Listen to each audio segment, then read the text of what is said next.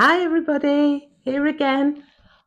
Today's story from this book is called The White Snake. Now, when I was a little girl, I couldn't say s, so it's good that now I can say s and snake and make those noises. But when I was young, I couldn't do it. And some people, when they're young, can't do that either. So this is fun. Okay, guess what? At the end of the story today, we're going to be having a shout out. So make sure you listen or watch until the end. Remember, there are subtitles on the page, so if you press the button, you can watch, you can read along as well. Okay, here we go then. The White Snake. A long time ago, there lived a king who was famed for his wisdom through all the land. Nothing was hidden from him, and it seemed as if news of the most secret things was brought to him through the air. But he had a strange custom. Every day, after dinner, when the table was cleared and when no one else was present, a trusty servant had to bring him one more dish. It was covered, however, and even the servant didn't know what was in it. Nor did anyone know, for the king never took off the cover to eat until he was quite alone. This had gone on for a long time, when one day the servant who took away the dish was overcome with curiosity that he could not help carrying the dish into his own room.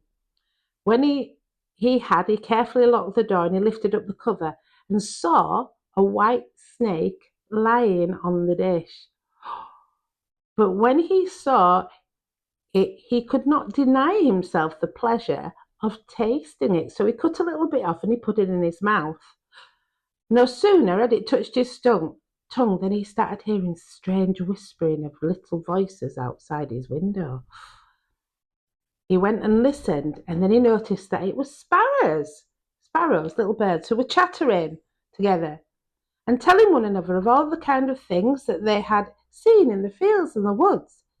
Eating the snake had given him the power of the understanding of the language of animals and birds, so he knew what they were saying. Now, it so happened that on this very day the Queen lost her most beautiful ring, and suspicion of having it stolen fell upon that trusty servant, who was allowed to go everywhere. The king ordered the man to be brought before him and threatened with angry words that unless he could before the morrow point out the thief, he himself should be looked upon as guilty and executed. Oh, in vain he declared his innocence, and he dismissed with no better answer. He said, "I'm not guilty. I haven't got the Queen's ring." In his trouble and fear, he went down to the courtyard and thought about how to help himself out of his trouble. Now, some ducks were sitting together quietly by a brook and taking their rest, and while they were making their feathers smooth with their bills, they were having a confidential, that's secret, conversation. He shouldn't have been listening. The servant stood by and listened. Because he'd eaten the snake, he could tell what they were saying. They were telling one another of all the places that they'd been waddling about in the morning and what good food they'd found. And one said, in a pitiful tone, "Oh, something lies heavy in my tummy.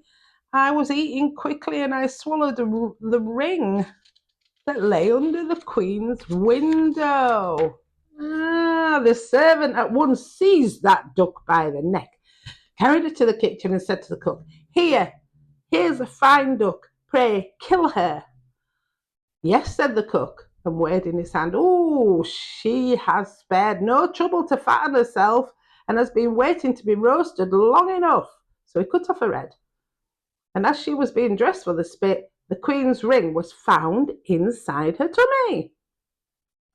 The servant could now easily prove his innocence, and the king, to make amends for accusing him, allowed him to ask him a favour, and promised him the best place in the court that he could wish for. The servant refused everything. He only asked that he could have a horse and some money so he could go travelling, as he had a mind to see the world and go about a little. When his request was granted, he set out on his way, and one day he came to a pond where he saw 3 fishes caught in reeds and gasping for water.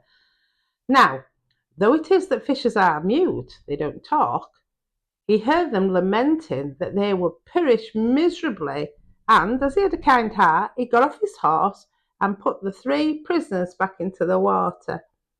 They quivered with delight, put their heads out and cried to him, "We will remember you and repay you for saving us." Oh, so it's like when you go fishing and people put them back and save them, which is good. He rode on, and after a while it seemed to him that he heard a voice in the sand at his feet. He listened, and he heard an ant king complain, "Why cannot folks with their clumsy beaks keep off our body? That stupid horse with its heavy hoofs has been treading down my people without mercy."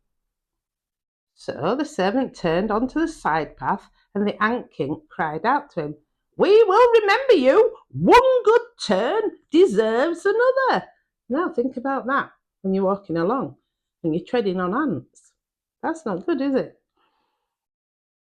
The path led him into the woods, where he saw 2 old ravens, their big blackbirds, standing by their nest and throwing out their young ones. "Out with you, you idle good-for-nothing creatures!" they cried. "We cannot find food for you any longer. You are big enough and you can provide for yourselves." But the poor young ravens lay on the ground, flapping their wings and crying, "Oh, what helpless chicks we are! We must shift ourselves and we cannot fly. What can we do but lie here and starve?" So, guess what? The good young fellow alighted to his horse with his sword and gave it to them for food. He killed his horse and gave it to them for food.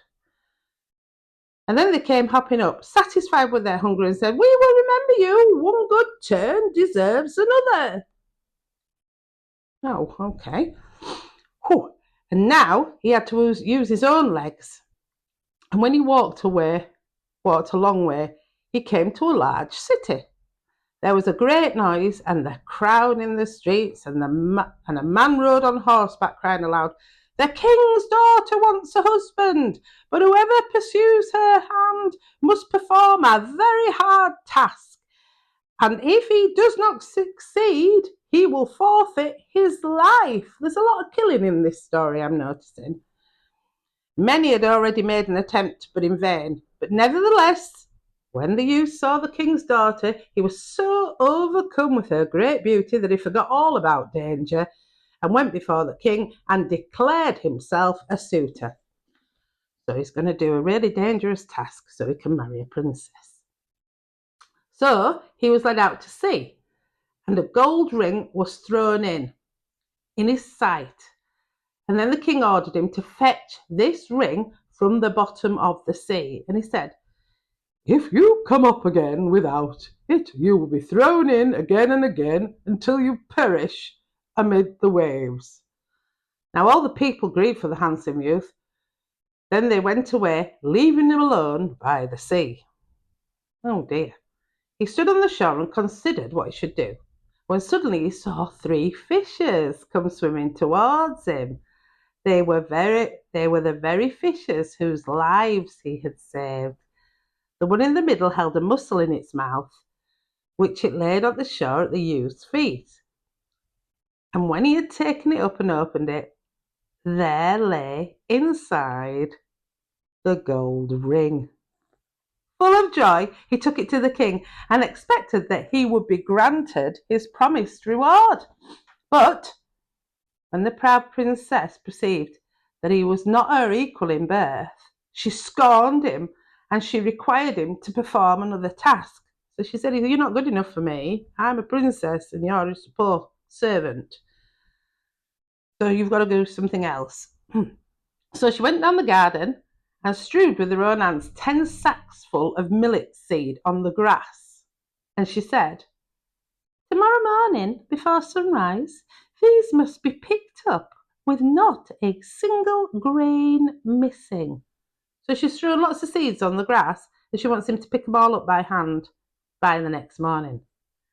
Guess what happens? The youth sat down in the garden and considered how it might be possible to perform this task, but he could think of nothing, and there he sat sorrowfully waiting the break of day, when he should be led away to be killed.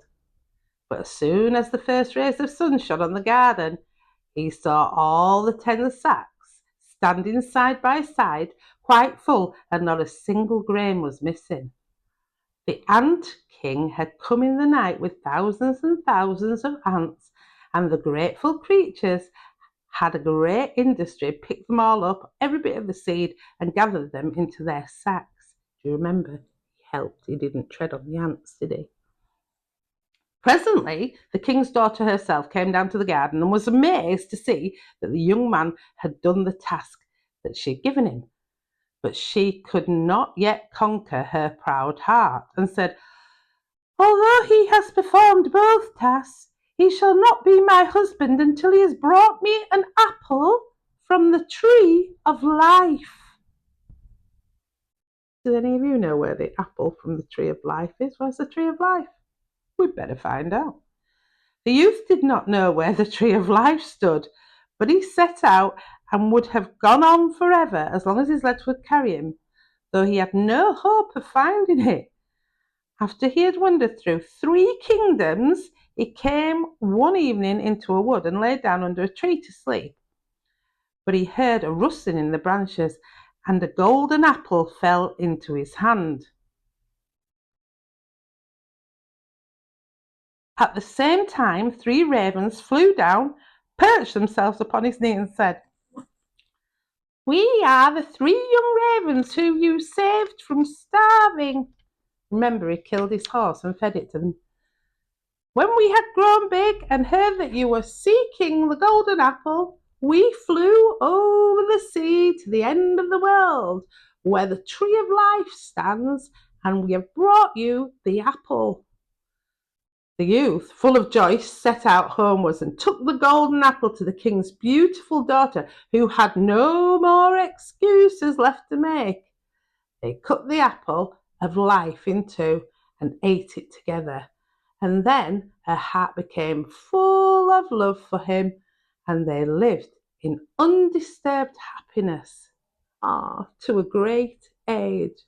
That turned out to be a nice story, but there was a lot of killing and things along the way. It's not a story I knew about, but it does show you that one good turn deserves another. So if you do something nice, somebody will do something nice for you later on. Anyway, today's shout out is for Phoebe.